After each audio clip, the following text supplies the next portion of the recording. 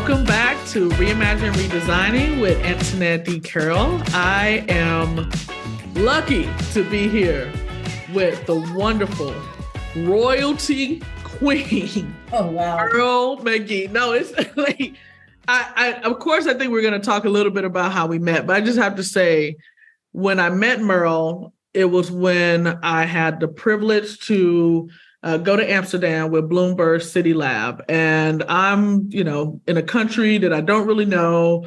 I'm in a space where I don't really know. And Merle just kind of came up and was like, who are you? What are we doing? Let's make magic happen.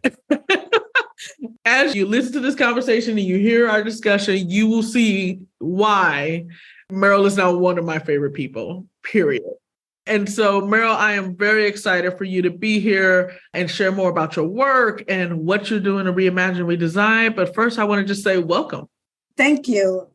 Wow. I feel honored to be here because I know I am in the presence of a deep intellectual genius royalty. So much gratitude. And I'm glad I said, hey, girl, how you doing after that experience? Because I'm in my feelings right now. Right? An honor and a privilege to spend time with you and get to know you. Absolutely.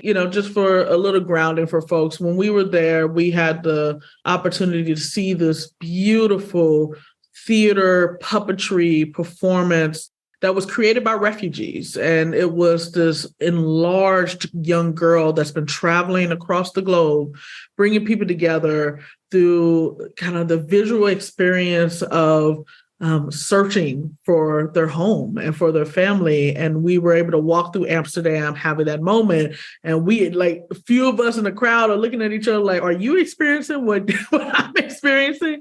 But what I love about moments like that is we were able to connect at spiritual level, at a level of like humanity and humility, which I feel like doesn't happen as much when you show up in conferences. It's like, what do you do for a living? What was even greater about that is that I didn't realize how dope you were because we connected in that moment. Folks that have now started to listen to this podcast will see I don't really give a lot of bios because I like for you all to be authentic and tell us what's important to you and your story. So tell the folks a little bit about yourself and what systems are you working to reimagine and redesign? I think the thing to say about myself is a lot about also the things that I want to reimagine and redesign.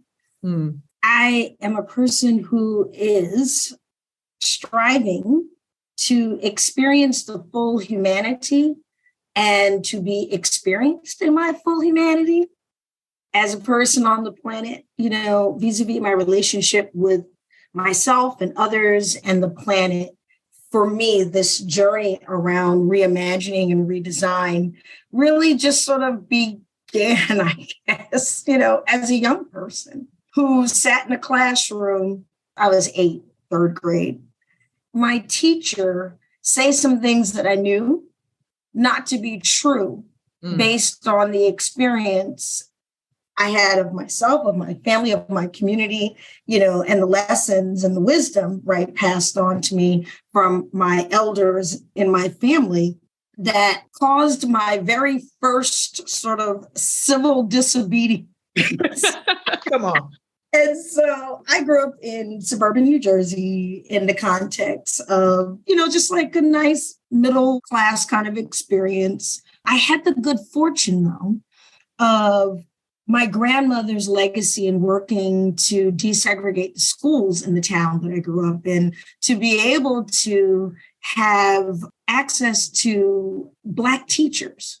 And so most of my elementary school teachers were Black women, and they weren't just like newfangled, like we just got here Black women, but in fact, very seasoned along the way kind of folks. It was a privilege that I was afforded because of the labor that her generation did, right? So my mom went to a segregated elementary school, and my uncle and aunt, prior did as well. And my grandmother fought to bring more equity, if you will, to the school systems, because they didn't just fight for the schools to be integrated, but they also fought to have Black teachers be able to teach in schools as well. And so they were looking at the long game around how to ensure that their grandchildren and those to come after weren't going to just have educators that didn't look like them, but were in integrated classrooms. And so when the one non-Black teacher that I had in elementary school, just sort of shared her opinion about the intellectual ability of the group of students that I was a part of, I had to protest.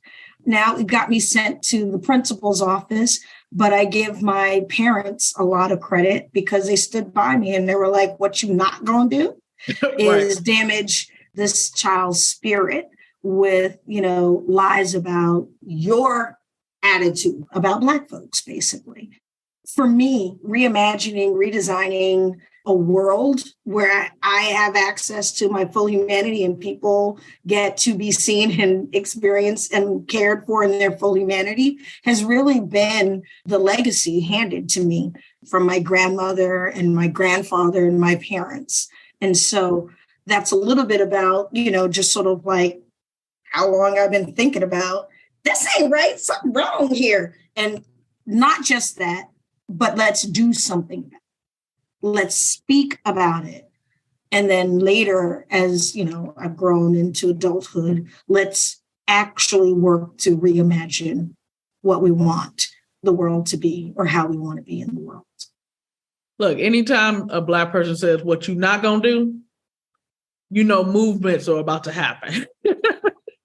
Whether it's internal in the family or it's external in an entire sector of education, right? Many times we talk about how do we reimagine, we design these large, grandiose systems because they are large and they're overpowering and they're all-encompassing.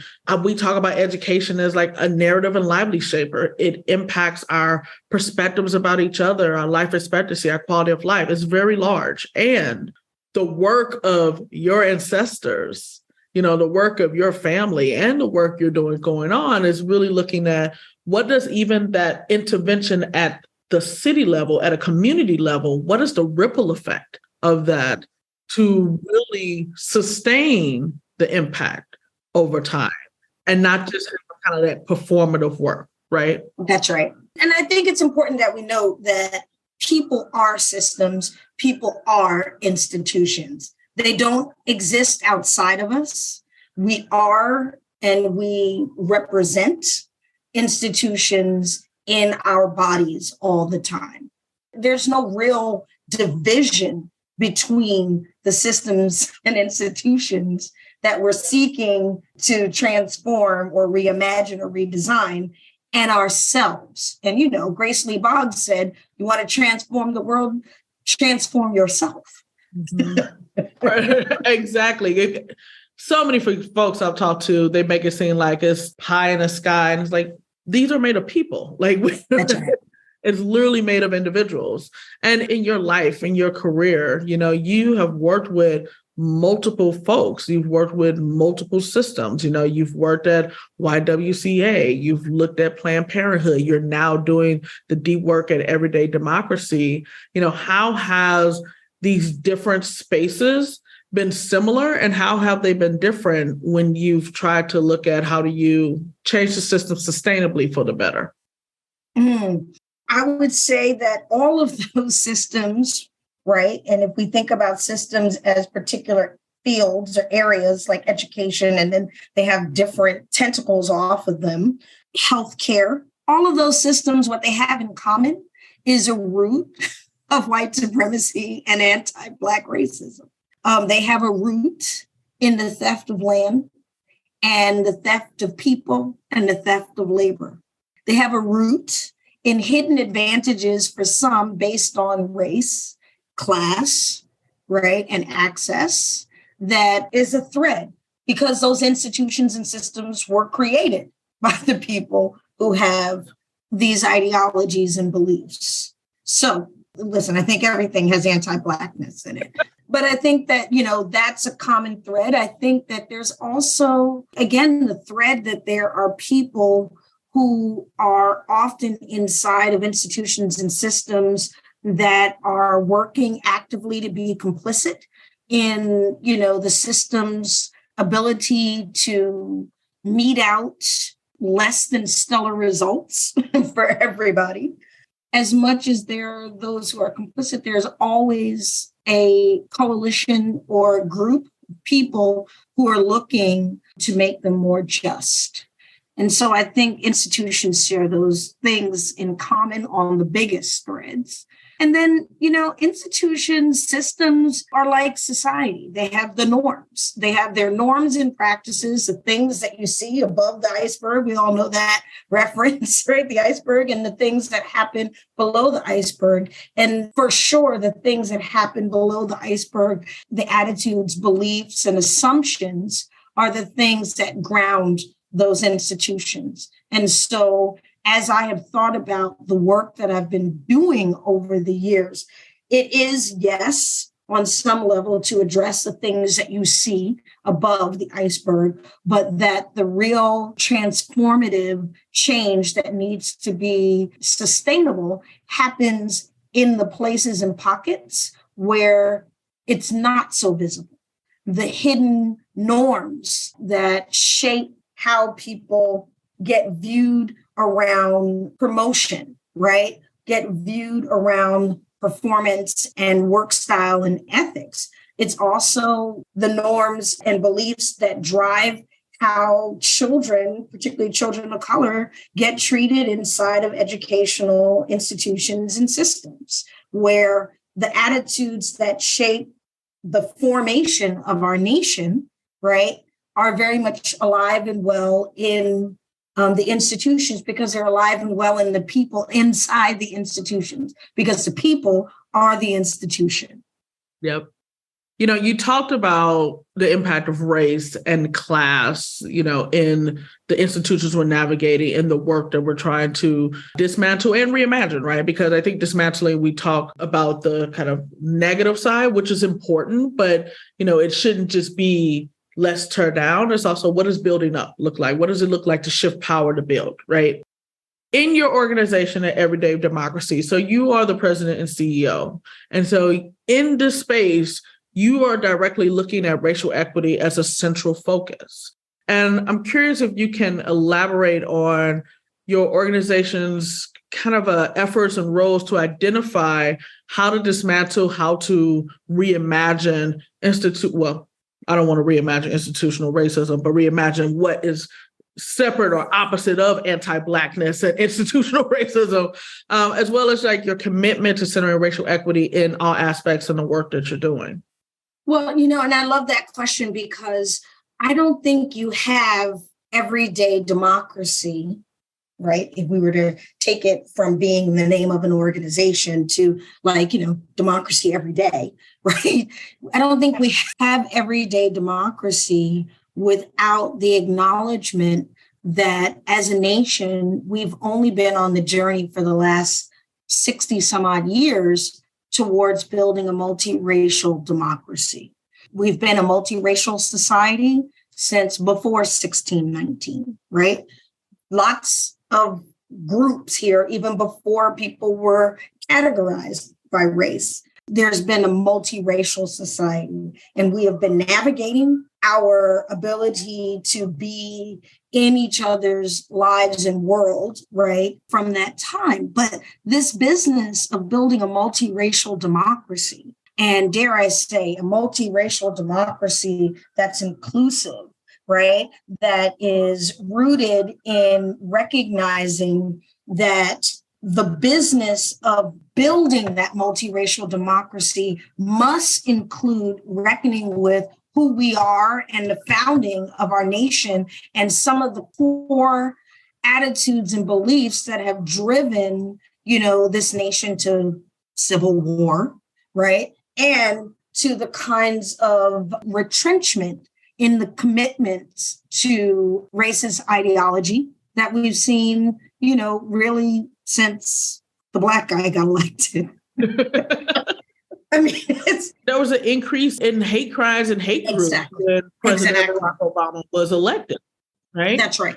And we have to be right. We have to be honest about that, right? And we have to be honest about why. And I think that, the moment that we're in with the inevitability of becoming a multiracial democracy and the commitment that people like myself and you and others, have made to making that real, the counter to that is the work, I believe, of everyday democracy, which is to get people from across different perspectives to interrogate why they hold on to the beliefs that they have that pull them from the fabric of community and each other, as opposed to towards one another.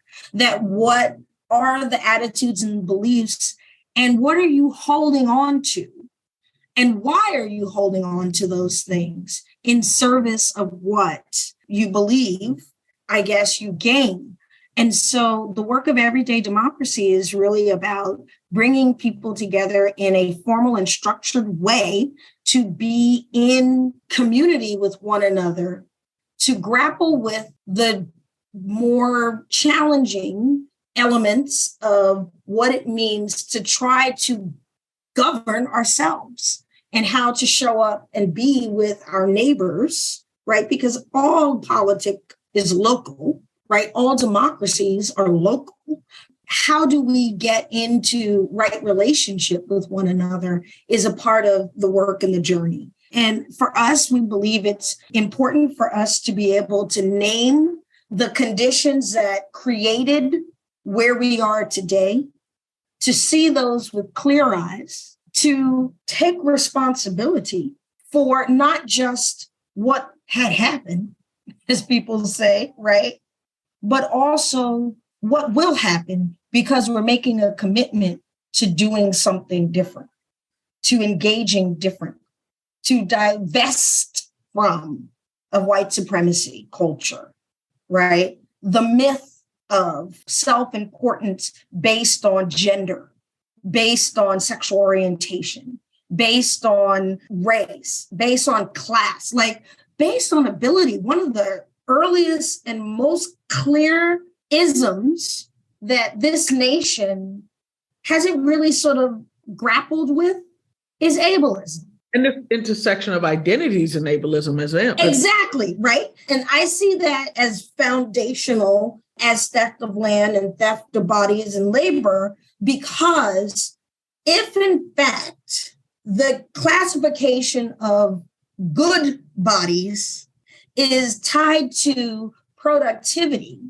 and a means of production, then bodies that are not suited for this system in that way get labeled, right, as bad or not good bodies or worse, right? And there's a terrible legacy of ableism in this nation that I see really as tied and foundational as the other isms that we talk a little bit more about. But then, ableism at the intersection, right, of all the other kinds of identities that people share that are marked in our society, as opposed to those that go unmarked, and unmarked being universally what we see as good and valuable and worthy. Mm-hmm. What's pertinent to note as well in what you're saying is, while we're speaking from a United States context, this is applicable to many different countries across the globe. Anti-Blackness is applicable to many different countries across the globe. Ableism is applicable to many different countries across the globe. And yet there's many rooms I've been in where, folks are saying, oh, you're always centering it from an African-American perspective.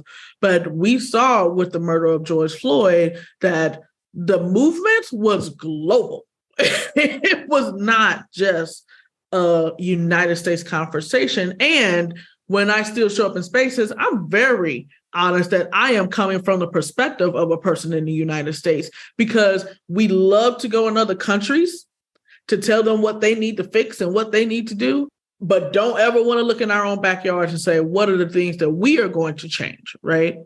And what I also found important from what you were naming earlier is you talked about this idea of pockets, right? Like the pockets of change, the community change, like the importance of being place-based and human-centered in the work that we are doing. But understanding the intersection of many different identities, because me showing up as an African-American woman, one, I'm not a monolith. There's many different versions of African-American women. I come from different geographic background. I've come from many different experiences because of my cultural heritage, because of my familial history. There's a lot of things there. And you kind of equate it to the nature of neighbors. We don't know each other in many cases. I was on a project, I think it was in like 2015, where it was around really trying to know your neighbors. And I was one of the first people to raise their hands and be like, look, I don't know who they are. I've lived in my house for many years. My husband knows my neighbors. And, sometimes I look at him like, who are you friendly, right? But there's this nature of we lose the idea of indigenous connection because we don't have the connection of being neighborly. And we don't really understand the importance of unpacking what does it mean to be in a place and how we show up as who we are in a place, right? And I'm curious with you, with your work at Everyday Democracy, how do you grapple with diverse histories, diverse cultures, diverse identities when you're giving people this space to really unpack, unlearn, recreate what does democracy mean for all of us, while I'm also kind of being knowledgeable and aware of my living expertise? Yeah, I love that question. Some of the work that we've been doing to reimagine the way we do our work at Everyday Democracy includes engaging from this human-centered idea that the way that our society is constructed, there is the opportunity for folks to have experienced trauma in trying to navigate moving about in a society that is structured with so much inequity. And so as a part of our approach to thinking about, how do we get into dialogue, it's really holding and setting the container for the dialogue to happen. So some of that includes utilizing trauma-informed practices to hold space for folks, using practices that will allow us to ensure that people, however they show up, can participate. So if that means being more clear and explicit about access needs and embedding in the way we do our work core practices around access and making it such that everyone has access needs. And so we can destigmatize that piece. But also it's going into a conversation, recognizing that people from varying backgrounds and experiences are coming into a room, but still are inside the same context that creates the space of the room. And so for that, utilizing a multi-partiality facilitation approach, which allows us to really, as facilitators, hold space for those who are historically left out, left behind, marginalized, silenced in the context of an open dialogue to ensure that we're not replicating the cultural norms in an inequitable society in which, we're sort of existing and holding this container.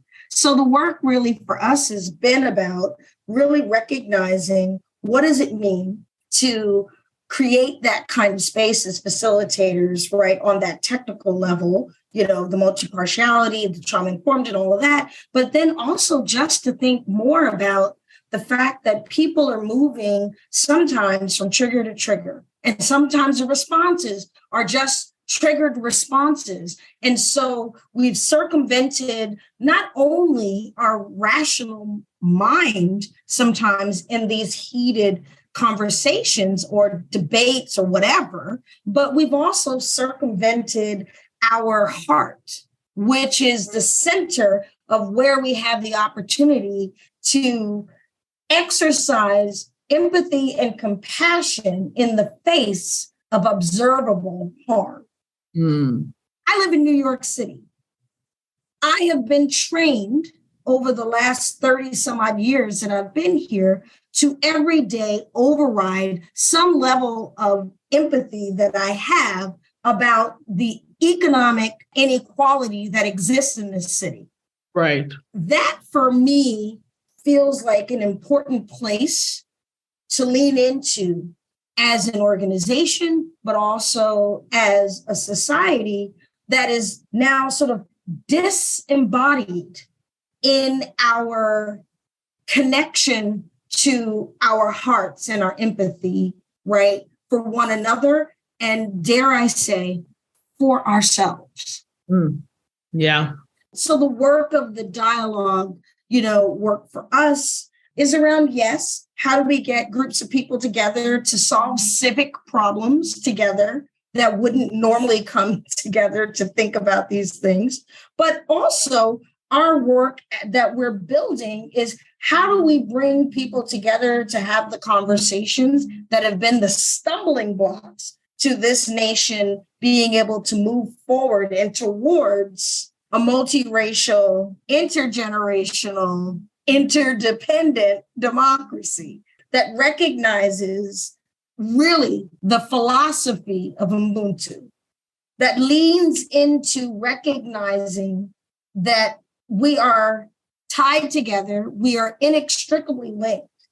And if we don't begin to lean into our connection, well, I don't know, we'll have a planet, but we will struggle, particularly as a nation, if we don't revisit those stumbling block conversations, move our shame into action so that we can transform how we show up with one another on a daily basis.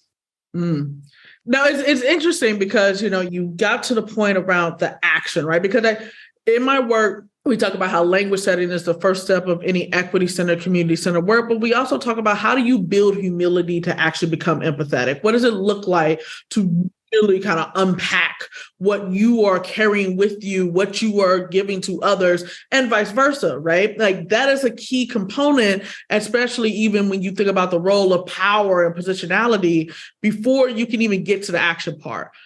And there's many spaces where if they are doing that, and I say if because some are not even doing that, they stop there and they don't get to the space of action. So, one side of me wants you to really kind of give me some thoughts on, what does equity in action look like in your work, in your sector?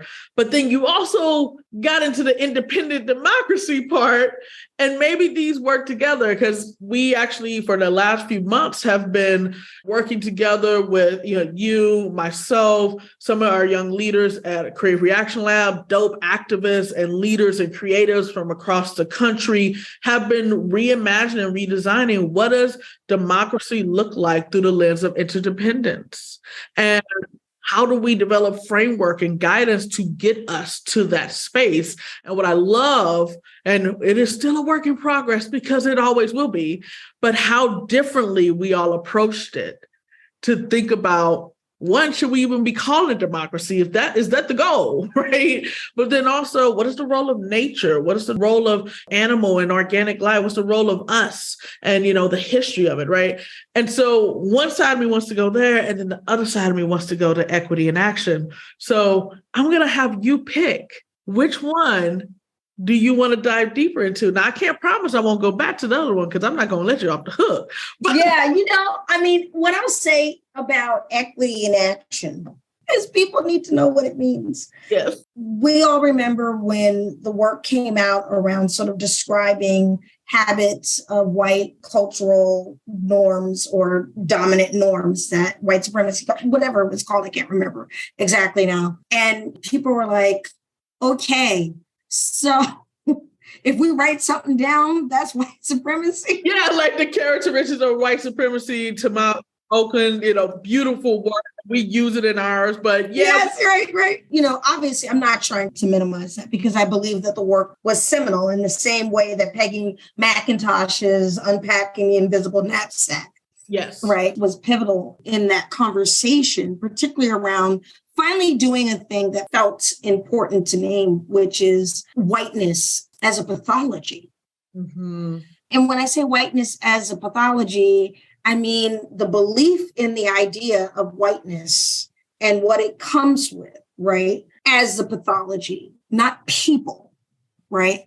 And so this, sort of journey into this world of sort of like, oh, now we have some language, then that became, oh, you're picking on people. Oh, it's just like some of the best experts now are people of color, because it is a mindset that has been internalized around this myth of the rightful state of the world that we live in.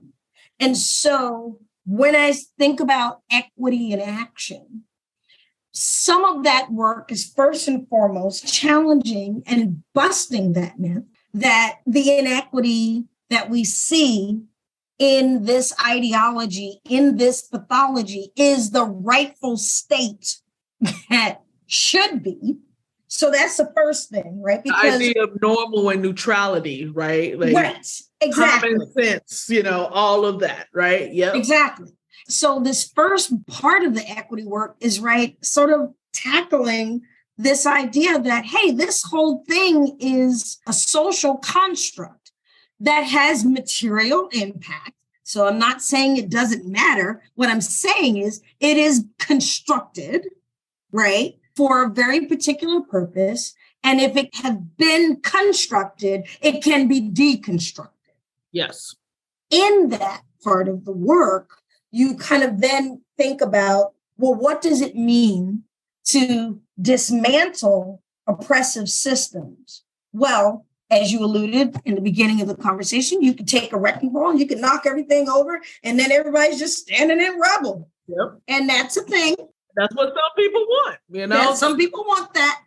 And then there are people who are like, well, if we can incrementalize our way through, I just made that word up, through all of this, we'll get there eventually. And that is untenable. Right. So you have these two extremes that feel untenable.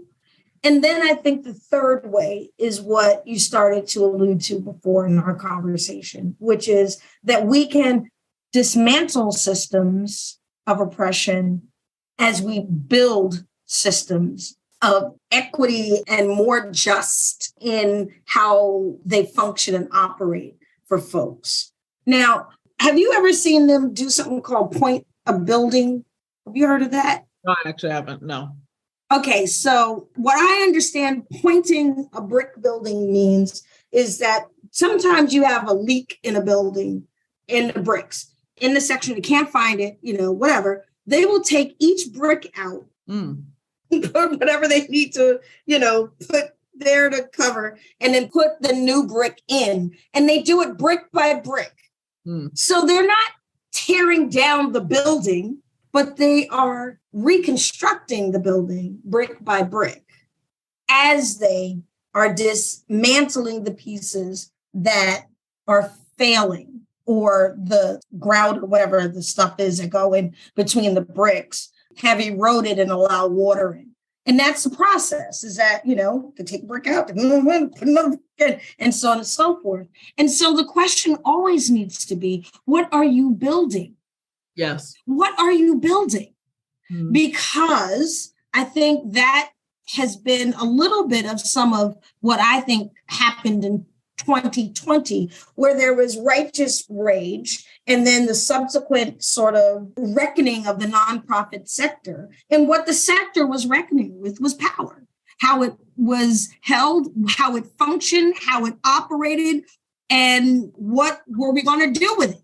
Yeah, history of exploitation, Exactly. Should we exist? It's all so many things to unpack. Right. Exactly. For me, the work of doing equity is being able to hold literally the both and of what needs to happen, which is that really inequitable systems must be dismantled, but you must build something that is inspirational in its place, that represents the possibilities of building and having a more just society or institution.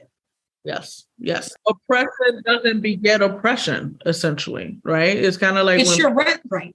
If you have been steeped in the culture, it's hard for you to redesign it if you don't unpack first, because you can easily be rebuilding another form of oppression, right? Like that's right. What could happen. So I'm gonna pause you a bit though for a second, because we have been talking about some heavy stuff, right? And I have added this piece into the conversations I've been having with guests, which I want to give us a space of pause. So a few colleagues of mine created this framework, coined the term equity pauses, and they put equity pauses in to encourage reflection, humility, all of that, to being mindful that when working in social issues, wicked problems, inequities, injustices, it's a lot of heavy and emotional work and a toll. And so we need to pause for it. I'm going to flip it a bit. And I've been asking people to do a liberation pause for me. So what I am going to do is I'm going to give you just different categories. And then I want you to name the first thing that come to mind for you. So that is liberation in that form for you, right? Not for anyone else. This is for Merle McGee, right? Okay. You don't have to give a monologue. It is all about very quick. Keep it moving, right? Got you. I can tell you are an avid book lover and reader. So I'm going to start there. When you think of liberation and the word book, what comes to mind for you? Oh my goodness. Definitely Sister Outsider by Audre Lorde. And I'm Not Your Negro by James Baldwin. Yes. Two wonderful books. I'm going to then ask you, what about film? Total Recall. I have been on a Total Recall type of thing. I just found out that there's a remake of it. I didn't know that. Yes. I'm talking about the original version with Schwarzenegger. Yes, but not the one with, I think, Colin Farrell, I think is when they Yeah, I don't even know that one. I'm going to have to look it up. But I just recently heard that. For me, Total Recall, because I think it really captures the story of underground resistance in the face of overwhelming control and domination down to the point of the air that you breathe, and what happens when we allow corporations to dictate what humanity has or doesn't have, and then who gets left out. Because in my mind, I was like, the mutants are the Black people. I love it. Or working class folks or working poor, anyone who is dispossessed by inequitable structures and societies. So yeah, that's Total Recall for me. And then I just love that when that glitch, you just like, ma'am, are you getting on the plane? And then the thing just like, oh yeah, that's a great scene. That's such a good scene. I love that scene. They did something similar, but did a spin on it in the new one, because I've seen the new one too. You got to check it out. What about a plant? I've fallen in love with the ZZ plant. There's lots of things. I could talk about the aspen tree forest all day long. But the reason why I love the ZZ plant is that it is beautiful and low maintenance. Hey, man. That is my type of plant, because you know what? You kind of need that to sustain a movement. Beauty, you need joy. Yep. And to be a little bit low maintenance. So the threshold isn't so high that you have to reach in order to have that joy. I support this holistically. I've killed succulents. Okay. So amen to that. Historic person, a historic redesigner for justice. Who comes up for you when it comes to liberation? My mind goes to Black queer feminists, okay. I love how you pick the whole group. Yeah, I'm like, my mind goes to, for this moment that we're in, the dreamers, the architects, of the current manifestations in the Kara Pages and Erica Woodlands and, Alexis Pauline Gumbs and Adrienne Marie Brown and so on and so forth, really, right, is the Combahee River Collective, right? This group of folks, women, right, Black women, Black queer feminist women who recognized the importance of putting words to the experience, but not just words, putting an analysis. So the question around equity, right? What do you need? You need an analysis, and you need a commitment to recognize that the past is the present, and that's what you are attending to as you move in the work of doing equity. Okay. Color. Most of all, I love all the blues. And the reason why I love all of the blues is because it reminds me of Yamaya, the ocean. And I really love dark blue because that reminds me of the depths of the ocean, the places and things that are completely the mysteries, that we'll never know what's at the bottom of the ocean. So I love blues. I love all the blues. Okay, last one in our fast round. Your choice. When you think of liberation, what comes up for you? I'll say capoeira Angola in particular. That's the art form that I have trained in over the years. And I say capoeira because it is an art that was not supposed to survive, but it did 500 years.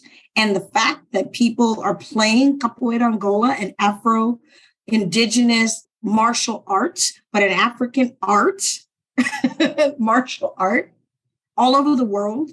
And that 500, 400 years later, I'm doing it as an affirmation, not only of the art itself and those who kept it, but an affirmation of my own humanity in the process and my connection to that lineage. Oh, that's liberation.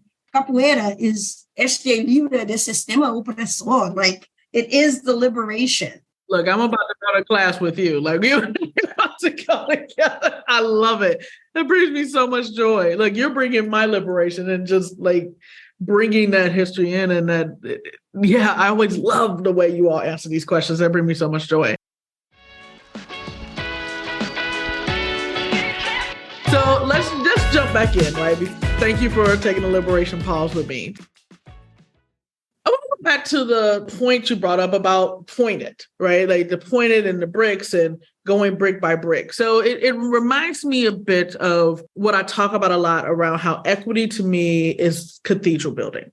So some people, when they hear it, they're like, "Oh, tell me more," right? Because I'm like, whether you're religious or not, let's think about the process of cathedral building. Cathedrals, the physical manifestation of them took hundreds of years.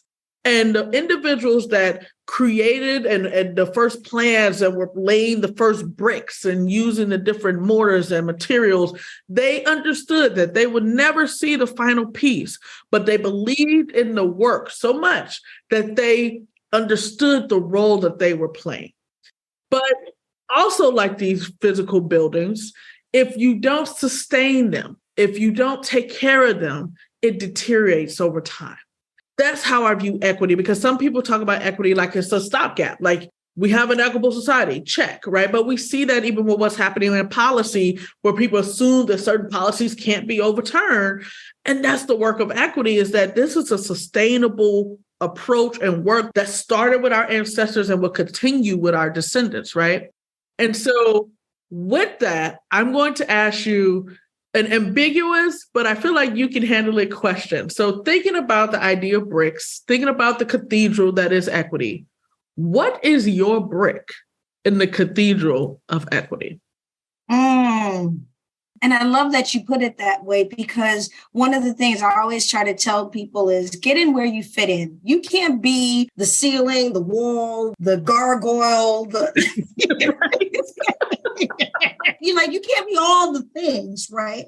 But when you recognize that if you are in your lane and on purpose and holding steady, right, you are essential to the whole structure, right? That's what keeps the building up, that all the bricks agree that we're going to do our part. Right. For for the work that we're really trying to bring into the world at Everyday Democracy is the importance of being able to have good dialogue, not a discussion. I go, you go, I go, where I don't, you, I go, you go, yeah, all the time. But even discussion is like, I go, you go. But a dialogue that allows us to pause, be embodied, recognize that we are present to the humanity in ourselves and in others, and to lean into what are those possibilities? What comes out of the possibility of my seeing and being in my full humanity and being and seeing you in your full humanity? Recognizing that there may be ideological things that we are going to not see eye to eye on all the time, but that there is a possibility that we can be to each other what we need to be to each other, which is fellow sojourners on this very brief moment that we have on this rock, right? Where we're not actively harming one another as the condition of being seen, heard, valued, or respected. I think the work of Everyday Democracy is really teaching people how to engage with one another towards social action. It's not dialogue for dialogue's sake. Yeah. It's to what end? How do we understand the issue that we're trying to solve civically better from multiple perspectives, centering those who are most impacted because we know they hold essential information, but also solutions around how to transform systems, by the very fact that they're navigating and surviving them all the time. Like, that's really the work of Everyday Democracy. How do we get in good conversation with folks? Right. So I'm going to challenge you a bit. Please do. So that's Everyday Democracy's brick. What's yours? Oh, my brick. Oh, me? Oh, I'm sorry. I didn't understand the question. Don't need to apologize, because here's the thing. I want people to know about the work of Everyday Democracy because it's profound work, right? Like, there's not many spaces that are talking about independent democracies, right? Like, I think that's important to unpack. And I also want people to understand who's Merle, the redesigner for justice. I tell the truth. I seek the truth. I am not afraid to lean into it. And I'm not afraid to take people along on the journey to grapple with it. It's like I said at the gathering, like Bernice Johnson Reagan said, and when there's a promise of a storm, if you want change in your life, walk into it. If you get to the other side, you will be different. So wade in the water, because it's going to be troubled water. My work has always been to wade in the water and to encourage and inspire folks to wade in that troubled water with the faith and knowing that we got this. We have the capacity, we have the humanity, we have the compassion, we have the empathy, we have the wisdom and the discernment. If we could make it, it can be unmade. If we learned it, it can be unlearned. And so that, for me, feels like my purpose, to really be able to carry people through what feels like contentious situations where they're not sure if they're going to make it, if it's going to, are we all going to fall apart? Is this just going to go to hell? And, and then we find out, hey, guess what? We made it, and we are transformed as a result of it, because we went into that space trusting and believing in ourselves and our own ability to transform and change our minds, change our hearts, change the way we think, we understand the world around us. What's your biggest I don't know right now? If any of this is going to work, I'm just playing. Look, speak for all of us, because let's be clear, there's no path of equity. We are trying to figure it out, okay? We are trying to imagine a world that we don't remember. It may be in our ancestral collective memory, but it's so far back, we're trying to grasp at it. We're like, what? Huh? You know, I was thinking the other day, like, what would life be like if we didn't have to work to be worthy of a home? Like, come on, y'all. What is that like?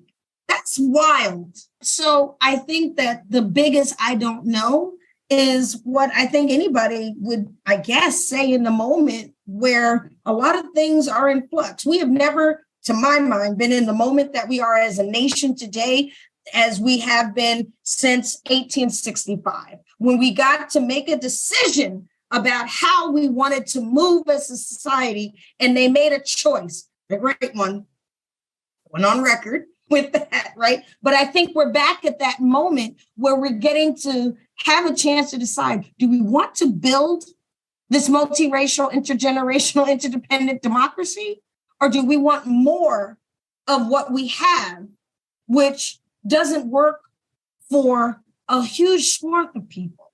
And even the people who think that it's working for them, it ain't working for them either, because the psychological wages of whiteness does not give you universal health care. It does not give you quality education. It does not guarantee you clean water, houses. So that, I think, is the question that I have. I don't know how all this is going to turn out, but I got to keep running. I got to keep going. I got to keep doing my part, because if there's a chance that it could work out, I want to say I was a part of it. No, I'm just playing. I want to play my brick. I want to be my brick. Yeah, I want to be a part of the legacy building, right? That's so important. I want to close on this question that I think is flowing a bit from where you were naturally already going, which is wonderful. We don't know what Indigenous culture looked like. We're trying to get connected. We're trying to learn. We're listening to, elders, trying to get that.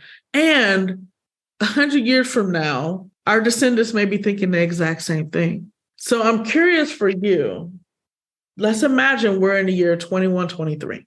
What's different about the world for our descendants? How has it been reimagined and redesigned to give them and us what we need for joy and liberation? Joy is your birthright, and that we've built a society that is constructed around the belief that your birthright is to be cared for, well-loved, joyful, able to apply your gifts and your talents to the construction of the society that you're living in, and that we have governance systems and societal norms and values that are rooted in the belief that just because you're here, you're worthy. Mm-hmm.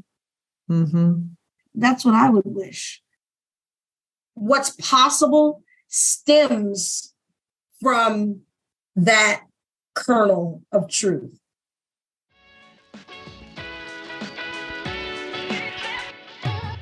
Thank you. Thank you. Thank you. This was such a great dialogue and conversation. But it's been a pleasure to have you on the Reimagine Redesigning podcast. Thank you. Thank you for saying yes and for giving us just a sliver of that brain, because there's so much more in there. But it's been a pleasure, and I'm excited to see what you do next. Oh, thank you. Well, we're on this journey together, so we're going to be together. We'll be there.